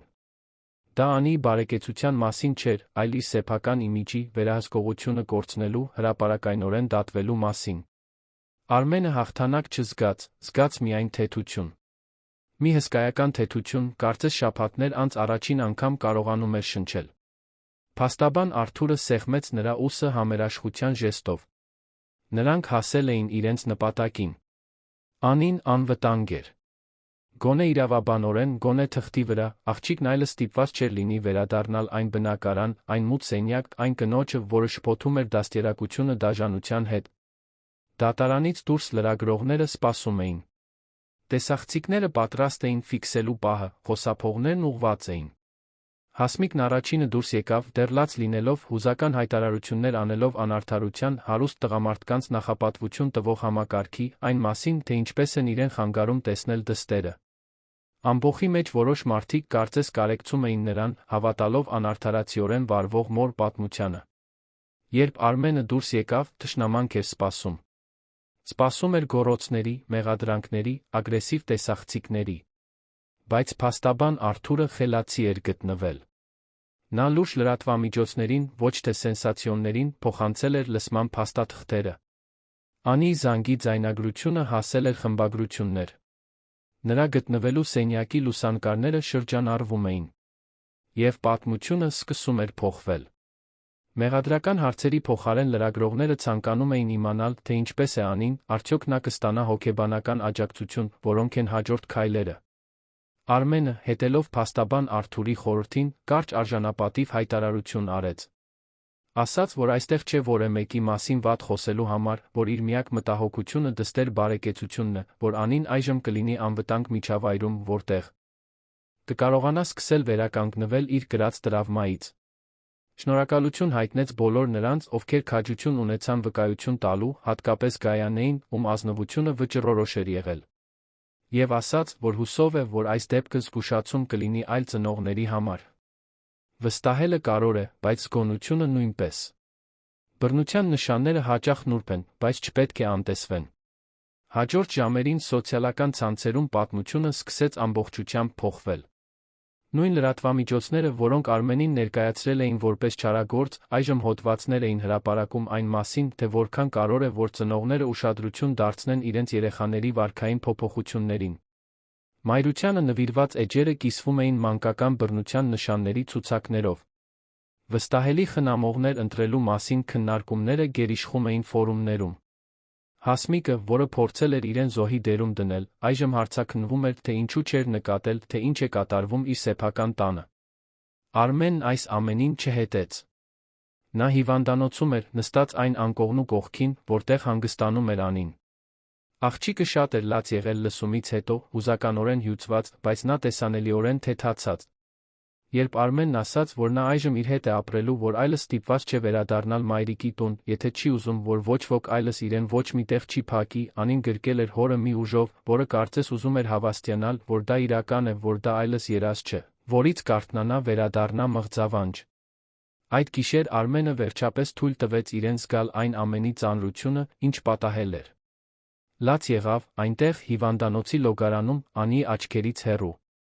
Լաց եղավ կորցրած տարիների, այն անգամների համար, երբ աշխատանքն ավելի կարևոր էր համարել դստերից քանդվել թողած ամուսնության, այն ցավի համար, որ Անին կրել էր, մինչ ինքը չափազանց զբաղված էր նշանները տեսնելու համար։ Լաց եղավ թեթությունից, որ ժամանակին հասել էր, երախտագիտությունից, որ նա քաջություն էր ունեցել զանգելու, զայրույթից, որ այդքան ուշ էր գործել։ Բայց նա լաց եղավ հույսից։ Որովհետև այժմ նա երկրորդ հնարավորություն ուներ։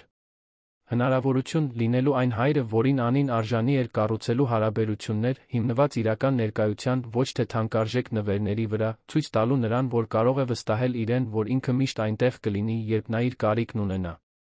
Հեշտ չէր լինելու։ Տրավման մի գիշերում չէր անհետանալու։ Անին կունենար մղձավանջներ, անհանգստության նոպաներ, հետընթացի պահեր։ Բայց Արմենը պատրաստ էր ներկա լինել այդ պահերից յուրաքանչյուրին, բռնել նրա ձեռքը յուրաքանչյուր մղձավանջի ժամանակ, կրկնել այնքան անգամ, որքան անհրաժեշտ կլիներ, որ նա այժմ անվտանգ է։ Երբ վերադարձավ սենյակ, Անին արթուն էր, պատուհանից նայում էր երանի լույսերին։ Արմենը նստեց անկողնու եզրին, հարցրեց, թե ինչի մասին է մտածում։ Անին, այն դաժան անկեղծությամբ, որը միայն երեխաներն ունեն, ասաց, որ մտածում է, թե արդյոք մայրիկը կբարկանա իր վրա։ Արմենը զգաց, թե ինչպես սիրտը սեղմվեց։ Նույնիսկ այս ամենից հետո, նույնիսկ իմանալով, որ չի վերադառնա այն տուն, Անին դեռ կրում էր մեղքի զգացումը, դեռ կարծում էր, որ ինչ-որ սխալ բան է արել։ Գրկեց դստերը բացատրեց, հավաքելով իր ողջ համբերությունը, որ այն ամենի մեջ, ինչ պատահել էր, իր մեղքը չկար։ Որ երեխաները պատասխանատու չեն մեծահասակների սխալների համար։ Որ նա շատ խիզախ է եղել, զանգելով օգնություն խնդրելով, որ ճիշտ բան է արել։ Որ մայրիկը դժվար ժամանակներ է ապրում, բայց դա ոչ մի կապ չունի Անիի հետ։ Եվ որ այսուհետ ինքը, հայրիկը, միշտ ներկա կլինի, կպաշտպանի նրան, կանի այն ամենը, ինչ իր ուժերի սահմաններում է, որպեսզի նա այլս երբեք իրեն միայնակ կամ վախեցած չզգա։ Անին լսեց ամեն ինչ, մշակելով այն լրջությամբ, որը տրավմայի ենթարկված երեխաները շուտ են ձեռք բերում։ Եվ հետո հարցրեց միայն. «Խոստանում ես, հայրիկ»։ Արմենը նայեց դստեր աչքերի մեջ, տվեց իր կյանքի ամենակարևոր խոստումը։ Խոստանում եմ, աղջիկս։ Խոստանում եմ, որ այլս երբեք քեզ մենակ չեմ թողնի։ Հաջորդ օրերին Արմենը արմատական որոշումներ կայացրեց։ Հրաժարվեց իր զրոյից կառուցած ներդրումային ընկերության գլխավոր տնօրենի պաշտոնից։ Վաճառեց իր բաժնետոմսերի մեծ մասը, պահելով միայն այնքան, որքան անհրաժեշտ էր հարմարավետ ապրելու համար, առանց մոլեռանդորեն աշխատելու։ Գործընկերները կարծում էին, որ նա ճգնաժամի մեջ է, որ կզղջա փայլուն կարիերան դեն նետելու համար։ Բայց Արմենը գիտեր, որ ոչինչ դեն չի նետում։ Նա առաջին անգամ ընտրում էր այն, ինչն իսկապես կարևոր էր։ Գնեց մի պարզ տուն սանում, Երանի քաոսից, ապակեպած շենքերից, անվերջ ժողովներից հեռու։ Դա երկու ննջասենյականոց տուն էր, փոքրիկ այգով, լճի տեսարանով։ Ոչ մի նմանություն չուներ Կասկադի շքեղ բնակարանի հետ, բայց ուներ մի բան, որը բնակարանը երբեք չուներ՝ թեթություն։ Պատուհանները մեծ էին, ամբողջ օրը բնական լույս էին թողնում ներս։ Դռներն ունեին պարզ կողպեքներ, այն տեսակից, որը ցանկացած պահի կարելի է բացել ներսից։ Չկային առանց պատուհանների սենյակներ, չկային չափազանց մութ անկյուններ։ Աշխատանքի վերցրեց տատիկ Ամալիային, 60 տարեկան մի կնոջ, որը եղել էր Արմենի դայակը, երբ նա երեխա էր։ Տատիկ Ամալիան ամեն ինչում ունեի հակապատկերներ, մեղմ ձայն, անսահման համբերություն, այն տեսակի մարդ, որը դաստիարակում է սիրով, ոչ թե վախով։ Նա 4 երեխա էր մեծացրել, անթիվ թոռներ ուներ, հասկանում էր, որ երեխային սահմաններ պետք են, այո, բայց նա պետք է գուրգուրանք, անվտանգություն, իմանալ, որ նույնիսկ երբ սխալվում է, դեռ սիրված է։ Նոր տանը առաջին շաբաթները դժվար էին։ Անին գիշերվա կեսին ճչալով արթնանում էր, երազելով, որ նորից փակված է, որ ոչ ոք իրեն տանելու չի գա։ Արմենը վազում էր սենյակ, վառում բոլոր լույսերը, գրկում դստերը մանտրայի պես կրկնում. Դու անվտանգ ես, հայրիկն այստեղ է, ոչ ոք քեզ չի փակի, դու կարող ես սենյակից դուրս գալ, երբ ուզում ես։ Որոշ գիշերներ Անին կարողանում էր քնել միայն ամբողջությամբ բաց դռնով միջանցքի վառ լույսով։ Այլ գիշերներ նա քնում էր հենց Արմենի անկողնում, գծկված նրա կողքին, փոքրիկ ձեռքով բռնած հոր ցուցամատը, կարծես դա խարիսխ լիներ։ Մարինեն, մանկական հոգեբանը, որն օգնել էր հիվանդանոցում, խորհուրդ տվեց Սանին մոտ գտնվող մի գործընկերոջ, որը մասնագիտացած էր մանկական տրավմայի ոլորտում։ Շաբաթը 2 անգամ Արմենը Անին տանում էր թերապիայի սեանսների։ Սկզբում աղջիկը լուռ էր մնում, միայն նկարում էր։ Միշտ նույն թեմաները, դռներ, փակ սենյակներ, մեծ սպառնալից կերպարներ։ Բայց աստիճանաբար, երբ թերապտը շահեց նրա վստահությունը, նկարները սկսեցին փոխվել։ Հայտնվեցին ավելի վառ գույներ, հայտնվեցին լողափեր, ավազե ամրոցներ, հայտնվեցին ժպտացող կերպարներ։ Հսկայական դուռը փոքրանում էր նկար առ նկար, մինչ մի սեանսի ժամանակ դարձավ պարզապես սովորական դուռ, նորմալ չափի, լավ տեսանելի բռնակով, այն տեսակից, որը ցանկացած երեխա կարող էր բացել։ Տրավման գծային կերպով չէր անհետանում։ Լինում էին լավ օրեր, վատ օրեր։ Լավ օրը Անին արթնանում էր ժպտալով, նախաճաշում տատիկ Ամալիայի հետ, պատմելով ջրահարսերի դելֆինների մասին իր տեսած երազները, առավոտն անցկացնում լողափի ավազի վրա խաղալով։ Վատ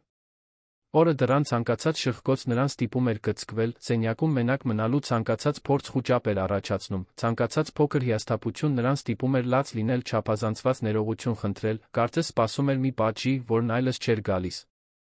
Այդ վատ օրերին Արմենը սովորեց չստիպել։ Չէր ասում, որ նա չափազանցնում է, չէր ասում, դադարիր լաց լինել, անհամբերություն ցույց չէր տալիս։ Պարզապես մոտ էր մնում, առաջարկում էր ներկայություն առանց ճնշման։ Երբեմն դա նշանակում էր լուռ նստել հատակին նրա կողքին։ Երբեմն դա նշանակում էր բռնել նրա ձեռքը, մինչ նա լաց էր լինում, չիմանալով բացատրել, թե կոնկրետ ինչու։ Երբեմն դա նշանակում էր թույլ տալ նրան քնել հյուրասենյակի բազմոցին, բոլոր լույսերը վառ, որովհետև այդ կոնկրետ գիշեր նույնիսկ իր սենյակը բաց դռնով չափազանց վախենալու էր թվում։ Տատիկ Ամալիան վճռորոշ դեր խաղաց այս գործընթացում։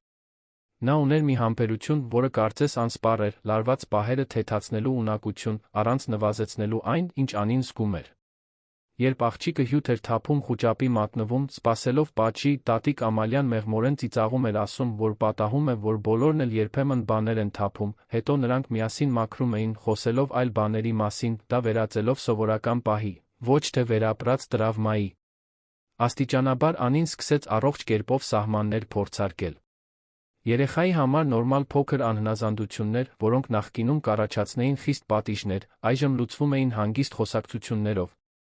Արմենը սովորեց տարբերել կամակորությունը, որը պահանջում էր հաստատակամություն, կամակորության տակ քողարկված վախը, որը պահանջում էր գուրգուրանք։ Հեշտ չէր, նա մի քանի անգամ սխալվեց, բայց սովորում էր։ Եվ ամենակարևորը, երբ սխալվում էր, ներողություն էր խնդրում Անիից։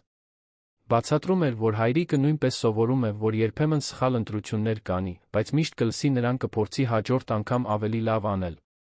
Անիի հարաբերությունները Հասմիկի հետ շարունակում էին գոյություն ունենալ, բայց շատ տարբեր ձով։ Վերահսկվող այցելությունները տեղի էին ունենում շաբաթը մեկ անգամ, Սանի չեզոք տարածքում, սոցիալական աշխատողի ներկայությամբ։ Սկզբում այդ հանդիպումները լարված էին։ Հասմիկը գալիս էր չափազանց շպարված, շքեղ նվերներով, փորձելով նյութական իրերով փոխհատուցել ստեղծված հեռավորությունը։ Անին քաղաքավարի ընդունում էր նվերները, բայց չէր ցուցաբերում այն ոգորությունը, որը Հասմիկն ակնկալում էր։ Խոսում էին մակերեսային թեմաներից, ամեն անգամ, երբ ժամանակը սպառվում էր, Անին վազում էր դեպի Արմենը, առանց հետ նայելու։ Ժամանակի ընթացքում, երբ Հասմիկը սկսեց թերապիայի գնալ, ինչպես պահանջում էր դատարանը, հանդիպումները բարելավվեցին։ Հասմիկը սկսեց հասկանալ, որ ձախողվել էր ոչ թե չարությունից, այլ անտեսումից, այնքան կորած լինելով սեփական հիասթափության մեջ, որ դադարել էր դստերը տեսնել որպես սեփական կարիքներ ունեցող անձ։ Սկսեց իրական հարցեր տալ Անիի կյանքի մասին, թե ինչ է սովորում նոր մանկապարտեզում, ինչ ընկերներ է ձեռք բերում, ինչ ավազե ամրոցներ է կառուցում։ Դրանք դեռ խորը խոսակցություններ չէին, բայց սկիզբ էին։ Մի անկեղծ ջանք, վերականգնելու մի կապ, որը գրեթե ամբողջությամբ ավերվել էր։ Նունեն այլս երբեք շփում չունեցավ Անիի հետ։ Կնոջը դատական կարգով արգելվեց աշխատել երեխաների հետ, նա դատական գործի առջ կանգնեց դաժան վերաբերմունքի համար։ Մի քանի այլ ընտանիքներ, իմանալով դեպքի մասին լրատվամիջոցներից, քաջություն ունեցան հանդես գալ պատմել նմանատիպ փորձառությունների մասին։ Գործընթացը դեռ դանդաղ ընթանում էր հայկական իրավական համակարգում, բայց գոնե Նունեն այլ երեխաների վնասելու հնարավորություն չուներ այդ ընթացքում։ Կյանքը սանում իր հունով էր գնում։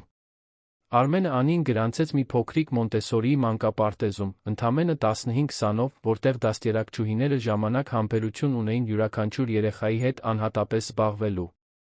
Անին ընդունեցին ջերմությամբ, առանց արագ հարմարվելու ճնշման։ Առաջին օրերին նա կառչած էր Արմենից, չէր ուզում, որ նա գնա։ Արմենը չստիպեց։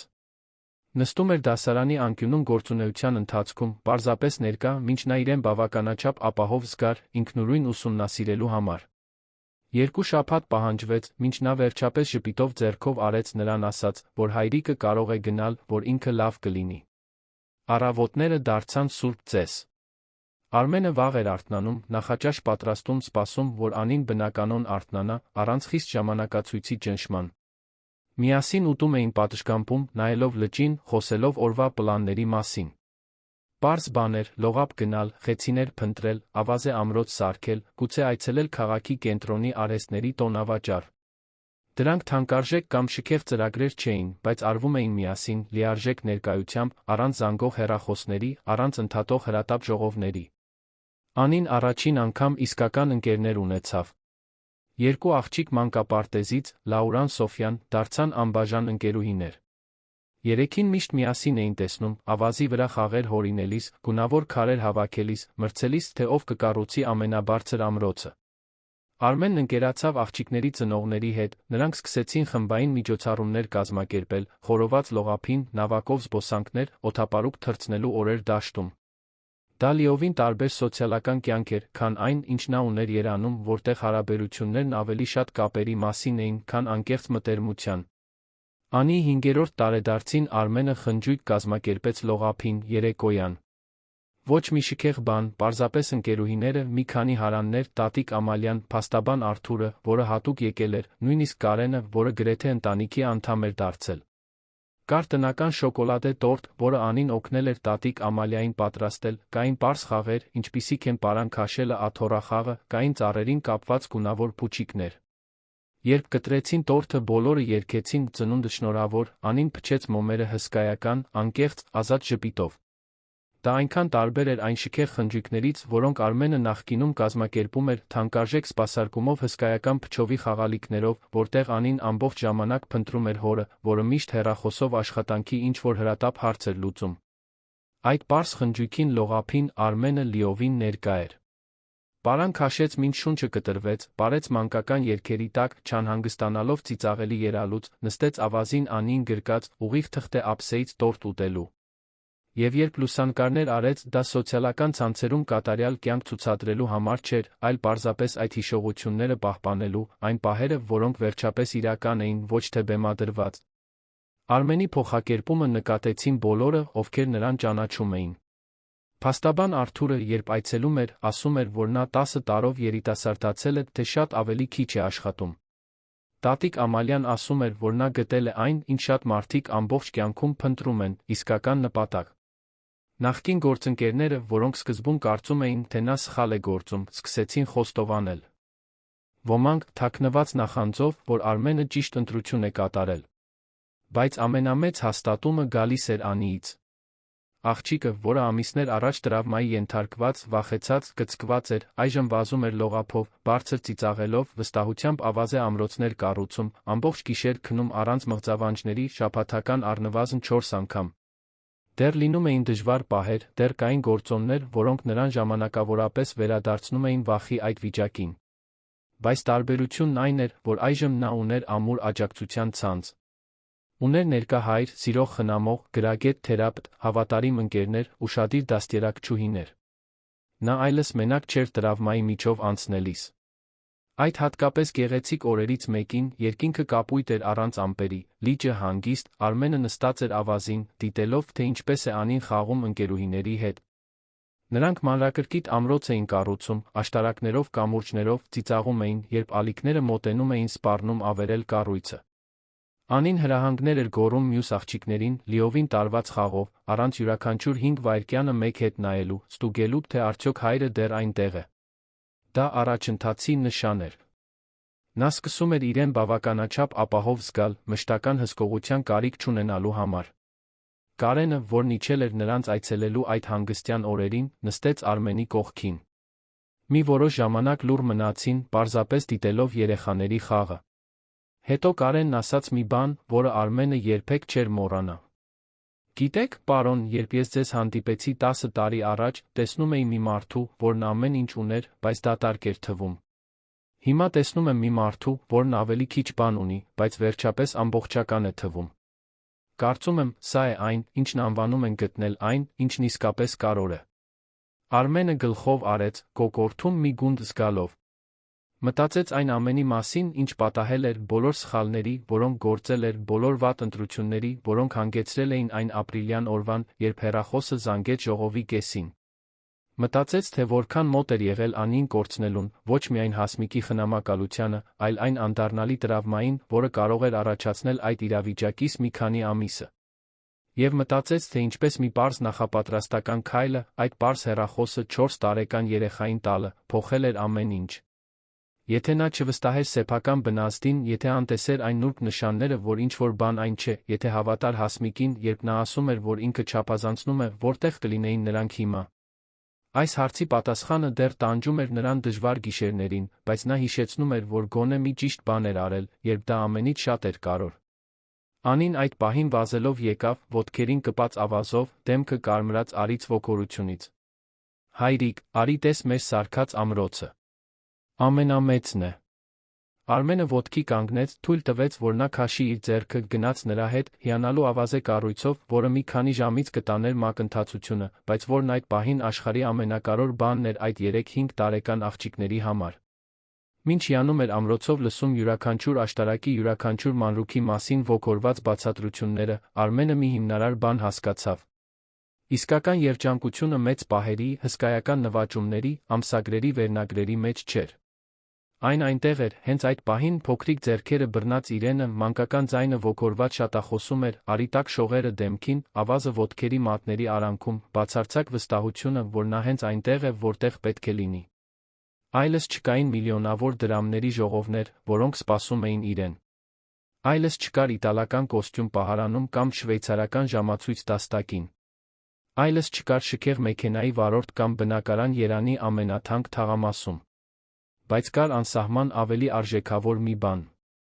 Կար մի դուստր, որը վերջապես կարող էր երեխա լինել, որը վերականգնվում էր տրավմայից, որն իսկապես ժպտում էր, որը հանգիստ քնում էր, իմանալով, որ հայրը հարան սենյակում է վազելով կգա, եթե իր կարիքն ունենա։ Եվ կար ինքն իրեն վերադարձրած, այն Արմենը, որը կորել էր այդքան երկար ժամանակ հաջողության ճանաչման մրցավազքում։ Նա գտել էր այն, ինչ շատ մարդիկ ամբողջ կյանքում փնտրում են, իսկական նպատակ, անկեղծ սեր, իրական ներկայություն։ Ամիսներն անցան, վերածվելով մի տարվա։ Անի 6 տարին լրացավ, սկսեց գրել, կարդալ, սովորել, ավելի շատ ընկերներ ձեռք բերեց, ունեցավ իր առաջին պարի համերգը մանկապարտեզում։ Մղձավանջները գնալով ավելի հազվադեպ էին դառնում, շաբաթներով, իսկ հետո ամիսներով հանգիստ քնով ընդմիջվելով։ Թերապիան շարունակվում էր, բայց այժմ ավելի շատ առողջ զարգացման մասին էր, քան տրավմայի մշակման։ Հասմիկի հետ հարաբերությունները աստիճանաբար բարելավվում էին, դեռ փխրուն, դեռ խնամքով լի, բայց գոյություն ունեին։ Հասմիկը վերջապես հասկացել էր, որ մայր լինելը վերահսկողության կամ սեփականության մասին չէ, այլ անպայմանական սիրո երեխայի կարիքները սեփականից վեր դասելու պատրաստակամության։ Այդ շաբաթ օրերից մեկին Արմենը խոհանոցում ընթրիք էր պատրաստում, մինչ Անին սեղանի մոտ տնային աշխատանք էր անում։ Հանկարծ նա հարցրեց. Հայրիկ, դու զղջո՞մ ես, որ թողեցիր այն կարևոր աշխատանքը, ինձ հետ մնալու համար։ Հարցը Արմենին անակնկալի բերեց։ Անջատեց գազօջախը, չորացրեց ձեռքերը, գնաց սեղանի մոտ ծնկի իջավ նրա աթոռի կողքին։ Նայեց դստեր աչքերի մեջ ասած ամենամաքուր ճշմարտությունը, որ գիտեր։ Երբեք, աղջիկս։ Ոչ մի վայրկյան։ Այդ աշխատանքն ինձ փող էր տալիս, հռչակ էր տալիս, ճանաչում էր տալիս։ բայց դու ինձ տալիս ես մի բան, որը աշխարհում ոչ մի աշխատանք չէր կարող տալ։ Դու ինձ ստիպում ես ավելի լավ մարդ լինել։ Դու ինձ սովորեցրիր, թե ինչն է իսկապես կարոր։ Եվ չկա ոչինչ, բացարձակապես ոչինչ, որն ավելի արժեքավոր է, քան այստեղ քեզ հետ լինելը, տեսնելով, թե ինչպես ես դու երջանիկ ապահով մեծանում։ Անին մշակեց դա այն լրջությամբ, որը տրավմայի ենթարկված երեխաները ձեռք են բերում։ Հետո մի փոքր ժպտաց վերադարձավ տնային աշխատանքին, ըստ երույթին գոհ պատասխանից։ Բայց Արմենը մի պահ էլ մնաց այնտեղ, ծնկաչոք սեղանի կողքին, զգալով այդ խոսակցության միաժամանակյա ծանրությունն ու թեթությունը։ Ծանրություն, որովհետև դա գալիս էր այն գիտակցությունից, թե որքան ժամանակ էր վատնել։ Թեթություն, որովհետև այժմ, վերջապես, նա ճիշտ ընտրություններ էր կատարում։ Կյանքը շարունակեց իր բնականոն ընթացքը, վերելքներով, վայրէջքներով, հեշտ դժվար օրերով, բայց միշտ այն վստահությամբ, որ նրանք միասին են, որ ունեն միմյանց, որ անկախ նրանից, թե ինչ կլինի, կդիմակայեն կողք կողքի։ Արմենը երբեք չվերադարձավ ֆինանսական շուկա։ Ի վերջո, սկսեց երբեմն խորհրդատվություն տալ որոշ ընկերությունների, ավելի շատ միտքը սուր պահելու համար, քան ֆինանսական անհրաժեշտությունից, բայց միշտ այն անսասան պայմանով, որ դա չի խանգարի Անիի հետ իր առօրյային։ Ոչ մի հաճախորդ, ոչ մի նախագիծ, ոչ մի գումար արժանի չէր դստեր հետ նախաճաշը, քնելուց առաջ խոսակցությունը, կիրակնօրյա զբոսանքը լողափին կորցնելուն։ Եվ այսպես, այնտեղ, որտեղ ամեն ինչ կարող էր ավարտվել ողբերգությամբ, ծնվեց վերսկսման մի պատմություն։ Մի հոր մասին, որը քիչ մնաց կորցներ դստերը, բայց ժամանակին սովորեց, թե ինչն է իսկապես կարոր։ Մի աղջկա մասին, որը, նույնիսկ սարսափելի տրավմաներ ապրելով, ուժ-բուժում գտավ սիրո հետողական ներկայության միջոցով։ Մի ընտանիքի մասին, որը քանդվեց, վերաձավորվեց, վերակառուցվեց ավելի ամուր հիմքերի վրա, քան նախկինում։ Արմենի Անիի պատմությունը հոլիվուդյան ավարտ չունեցավ, որտեղ բոլոր խնդիրները կախարդական կերպով լուծվում են։ Բայց այն ավելի լավ բան ունեցավ։ Ուներ իրականություն, անկեղծ փոխակերպում, սեր, որն ապացուցվեց ոչ միայն խոսքերով, այլ ամենօրյա ընտրություններով։ Եվ ի վերջո, հենց դա էր, որ կարոր էր։ Սիրելի ունկնդիրներ, հուսով ենք, որ Արմենի Անիի պատմությունը հուզեց ձեր սրտերը։ Եթե հուզվեցիք, սեղմեք հավանելու կոճակը, բաժանորդագրվեք ալիքին մեկնաբանություններում, ասացեք, թե ինչն է ձեզ ամենաշատը տպավորել։ Ամեն օր մենք ներկայացնում ենք այսպիսի լարված պատմություններ, որոնք բացահայտում են մարդկային հոգու ամենախորը կողմերը։ Սպասում ենք ձեզ հաջորդ թողարկմանը։